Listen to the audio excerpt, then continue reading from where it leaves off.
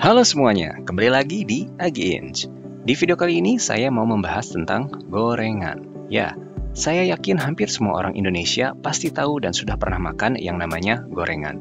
Tapi, apakah kamu pernah terpikir gimana sih sejarahnya makanan gorengan itu muncul?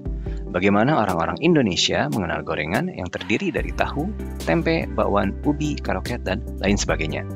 Yuk kita bahas sekarang, ini pasti bakalan asik.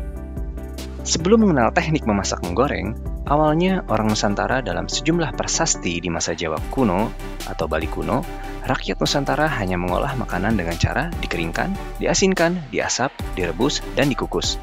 Alasannya bisa jadi lantaran belum banyaknya produksi kelapa sawit di Indonesia. Munculnya minyak kelapa pada abad ke-20 menambah varian komoditas perdagangan. Pada awal abad ke-20, minyak kelapa jadi hasil utama dari budidaya kelapa, karena mulai banyak diminati dan menjadi keperluan domestik. Minyak kelapa kemudian menjadi komoditas perdagangan. Dalam buku sejarah makanan Indonesia karya Fadli Rahman, gorengan muncul karena ketidaksengajaan. Awalnya, makanan ini dibuat dari bahan-bahan sisa yang diolah agar tidak mubazir. Aneka bahan makanan yang tersisa tersebut dicampur dengan adonan tepung terigu, seperti kebiasaan rakyat Nusantara terutama di wilayah Jawa. Sejarawan Dennis Lombard dalam Nusa Jawa, Jaringan Asia menyebutkan teknik menggoreng diadopsi dari orang Tionghoa. Sinolog Thomas O. Holman dalam The Land of the Five Flavors, A Cultural History of Chinese Cuisine, menyebutkan bahwa menggoreng adalah salah satu dari banyak metode masak yang sudah lama dikenal oleh orang Tionghoa. Di dalamnya termasuk stir fry dan deep fry atau za. Teknik za ini yang menjadi dasar gorengan di Indonesia. Di Nusantara sendiri, gorengan ini dibawa oleh Cina. Cina memang membawa pengaruh yang cukup besar di dunia kuliner Indonesia, yang mana mereka mengenalkan berbagai makanan seperti mie bakso, nasi goreng, dan tak terkecuali adalah gorengan. Rempeyek dan rengginang adalah olahan mendahulunya.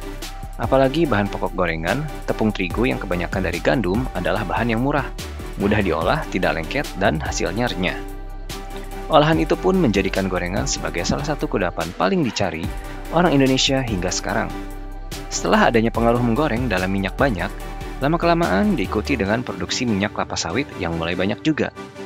Bakwan memiliki tingkat popularitas yang tinggi di dunia kudapan Indonesia.